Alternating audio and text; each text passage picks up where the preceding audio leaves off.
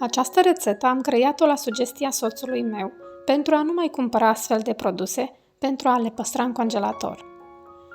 Astfel am găsit această metodă pentru a crea aceste produse la noi acasă și a le păstra în congelator pentru atunci când vom avea nevoie de ele. Vă invit să probați această rețetă.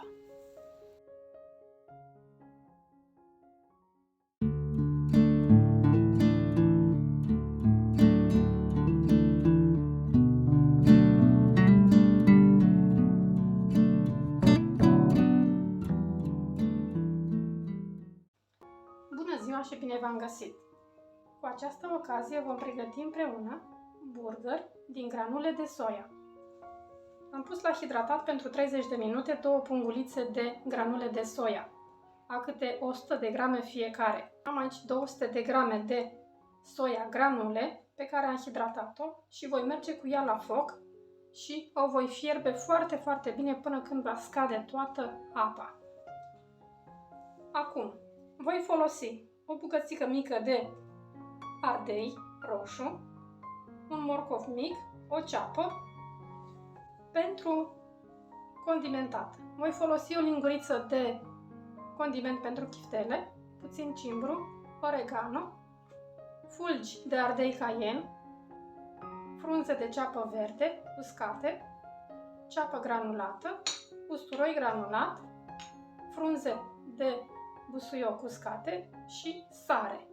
Și la momentul potrivit voi adăuga și pătrunjel și mărar de la congelator. Și bineînțeles putem adăuga și proaspăt usturoi dat pe răzătoare. Acum, pentru a lega această compoziție, eu voi folosi ca lian de legătură. Am aici 50 de grame de făină de năut și 50 de grame de făină de ovăz. Mai am încă 2 rețete cu făină de năut pe canalul meu, le puteți urmări și pe acelea. Eu folosesc ca lian de legătură făina de năut pentru că și de gust, pentru că are un gust extraordinar, dar și ca lian de legătură. Acum, voi merge deci cu soia granule pe foc până când va scădea toată apa, apoi o voi lăsa să se răcească complet și voi adăuga celelalte ingrediente. Voi căli împreună ceapa, morcovul și ardeiul și pe ele le voi scădea în puțină apă cu puțin ulei și sare, nu le voi prăji și apoi voi adăuga în întreaga compoziție. Aceste 2 făinuri putem să le adăugăm în funcție de cantitatea pe care noi o avem. Bineînțeles că nici eu nu voi adăuga chiar tot, dacă îmi permite aluatul sau nu, voi vedea.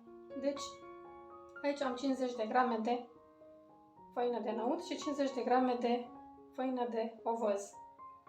Dacă este nevoie și credeți că este foarte moale compoziția, puteți adăuga și făină de albă de grâu. Dar deocamdată eu voi încerca să fac așa, fără ca să adaug făină albă de grâu și voi vedea compoziția care va rezulta, pentru că vreau să fie și fără gluten. Voi reveni când toate se vor răci complet. Am revenit. Soia este complet rece. Acum voi amesteca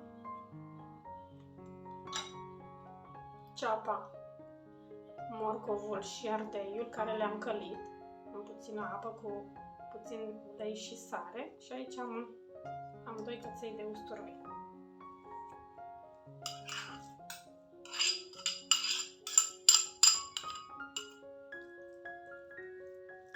Pentru culoare puteți adăuga puțină voia dulce, eu nu am. Voi, dacă aveți, puteți să adăugați. Pasul acesta cu soia înmuiată, dacă nu vreți să o fierbeți, puteți doar să o înmuiați și să o scurgeți de apă. Eu prefer să fie gătită foarte bine.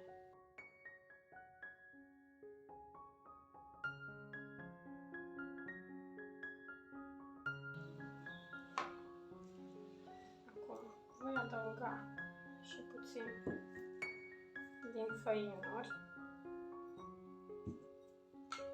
Aici am fulgi de drojdie, o lingură, este opțional.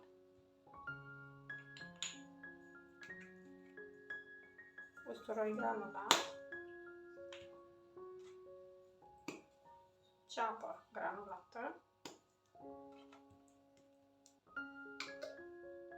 oregano,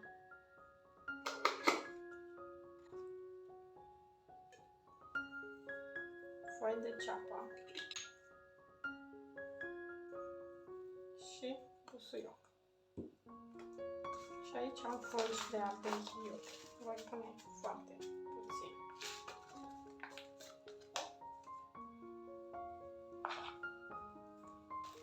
Aici am pătrunjel de la congelator.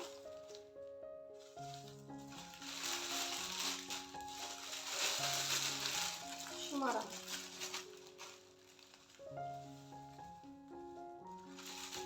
Voi dacă aveți găteasă proaspătă, o puteți folosi. Eu nu am. Acum voi amesteca cu mâna ca să cuprind foarte bine. Soia mai are totuși de puțină apă. Dacă preferați ca să o muiați, ca să o hidratați doar și să o scurgeți foarte bine, atunci nu va mai rămâne așa de multă apă. Cred că o să o pun pe toată.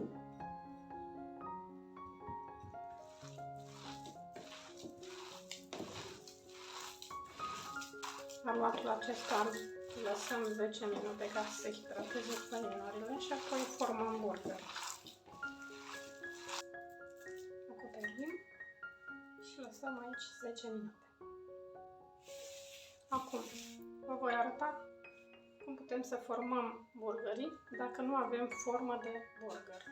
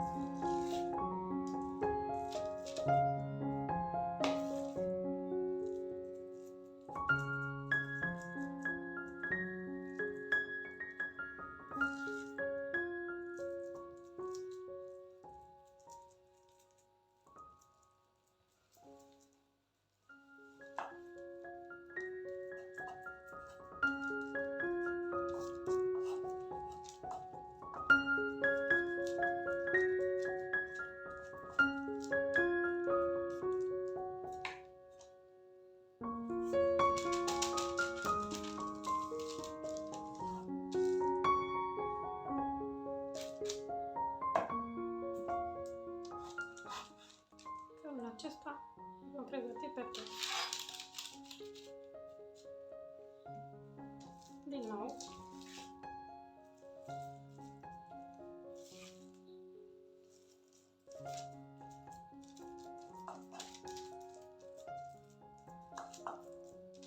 când îi vom scoate din cuptor fierbinți, îi vom stropi cu ulei de măsline.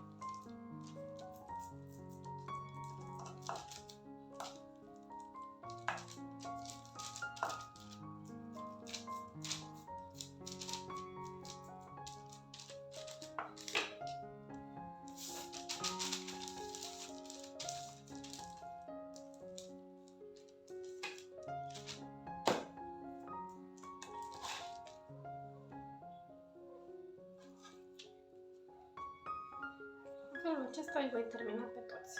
Acum îi voi introduce la cuptor, în cuptorul preîncălzit la 230 de grade, până când se vor rumeni frumos. Acesta este rezultatul. La mine a fost nevoie de 35 de minute. După ce s-au rumenit pe o parte, le-am întors și pe cealaltă și avem un rezultat extraordinar.